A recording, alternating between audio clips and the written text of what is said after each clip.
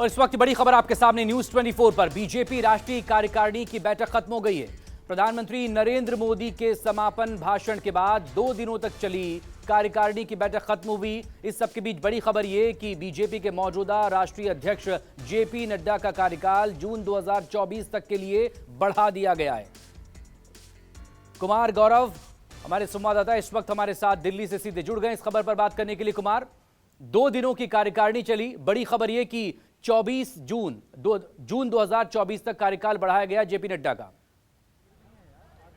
देखिए, जाहिर सी बात है, लगातार इस पे हम लोग कल से बातचीत कर रहे थे और अंततः वही हुआ, क्योंकि उन्हीं के नेतृत्व में लोकसभा चुनाव लड़ा जाना है और समय काफ़ी कम है। ऐसे में परिवर्तन अभी संभव नहीं है और वो संगठन को सूट नहीं करता, इसलिए जेपी नड्डा का कार्यकाल बढ़ा दिया गया है। अगले साल मई के आसपास लोकसभा चुनाव के समाप्त होने के 1 महीने बाद तक का उनको अध्यक्षीय कार्यकाल उनको एक्सटेंशन मिला है। दूसरी सबसे खास बात जो प्रधानमंत्री के भाषण की बात है कि प्रधानमंत्री का लगभग 1 घंटे का भाषण हुआ, उसमें उन्होंने सीधे तौर पे कहा है कि 400 दिन बचे हैं लोकसभा चुनावों के और जी जान से जुड़ जाइए। पार्टी की आकांक्षा क्या है वो आप जानते हैं, बताने की ज़रूरत नहीं है। आम जनता की आकांक्षा पे अभी तक खड़े उतरे हैं, आगे जाकर उसको और बढ़ाइए, आम जनता से कनेक्ट जोड़िए और फिर 2024 में रिजल्ट लेकर आइए। बहुत ज़्यादा बात उन्होंने चुनाव पे नहीं की इस कार्यकारिणी की बैठक में, सिर्फ यही टारगेट है कि 400 दिन का वक्त बचा है और टारगेट क्या है वो सबको मालूम है। बड़े